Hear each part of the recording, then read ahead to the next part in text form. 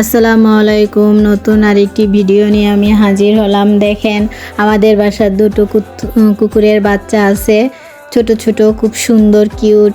এরা রোদ্রে খেলা করছে সকালবেলা।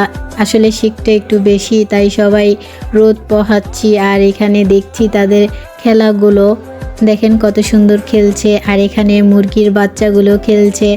আর এই যে উঠানের মধ্যে বাচ্চাগুলো খেলতেছে। সামিরা রান্না করছে, তার ভাই পাশে বসে আছে, বাজার করে আনতেছে। বাজার মানে গাছের পাতা এনে তারা রান্না করে খেলবে। আর এখানে আছে নাফিসা, সে একটু গাড়ি নিয়ে খেলা করতেছে, এই যে দুলতেছে। আর আসলো মাসুদ আমাদের জাল দিয়ে মাছ ধরবে। আর দেখেন আমাদের বাসা কত অ্যালোভেরা গাছ। আপনাদের যদি কেউ লাগে তাহলে কমেন্টে জানাবেন, আপনাদের বাসায় পৌঁছিয়ে দেব।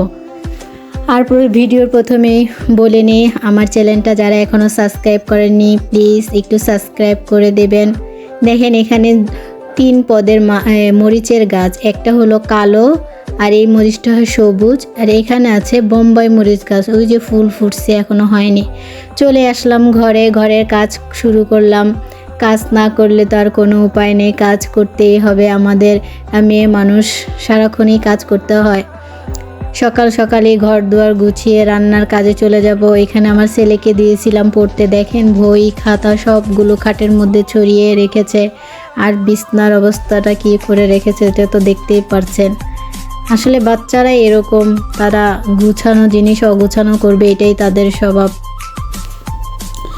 এখন রান্নার জন্য চলে যাচ্ছি। আজ শুক্রবার, বাচ্চারা বলছে স্পেশাল কিছু খাবে, সেজন্য আর রান্না করব। ভাবলাম একটু ফ্রিজে মাংস আছে, একটু মাংস রান্না করে দেই, আর সাথে একটু পোলাও রান্না করে দেই। আর আপনাদের সাথে কিছু শেয়ার করি। আজকে একটা কথা বলবো, সেটা হলো আমার চ্যানেলটা অনেকে সাবস্ক্রাইব করেন, কিন্তু দেখা যায় আবার 2 দিন পরে আনসাবস্ক্রাইব করে দেন।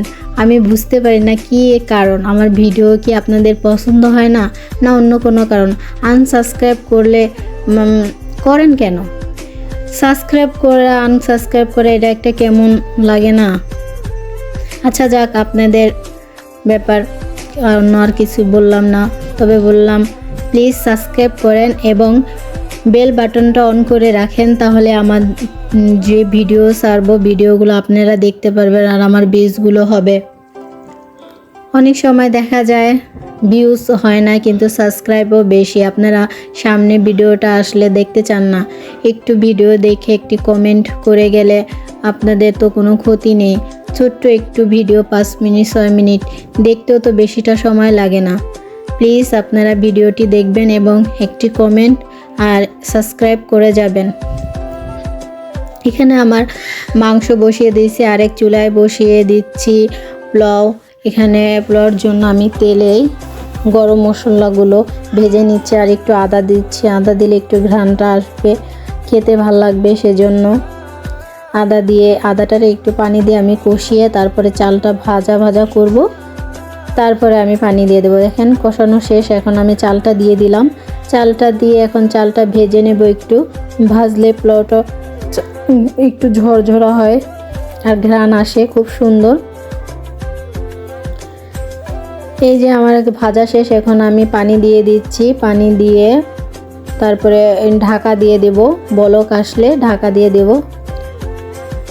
ঢাকা দেওয়ার পরে আমি 5 মিনিট পর খুলছি। দেখেন আমার এখানে পানিগুলো শুকিয়ে গেছে, আমার চালটা অর্ধেক সেদ্ধ হয়ে গেছে। আর একটু ঢাকা দিয়ে দিলে চালটা পুরোপুরি ফুটবে, সেদ্ধ হয়ে যাবে। এই যে হয়ে গেছে, আমি উপরে এখন ঢাকনা দিয়ে শেষ করে দেব। আমার রান্না শেষ। পরবর্তী ভিডিওর জন্য অপেক্ষা করবেন। আর যারা আমার চ্যানেল সাবস্ক্রাইব করেছেন, ভিডিও দিয়েছেন, তাদেরকে অসংখ্য ভালোবাসা। আল্লাহ হাফেজ।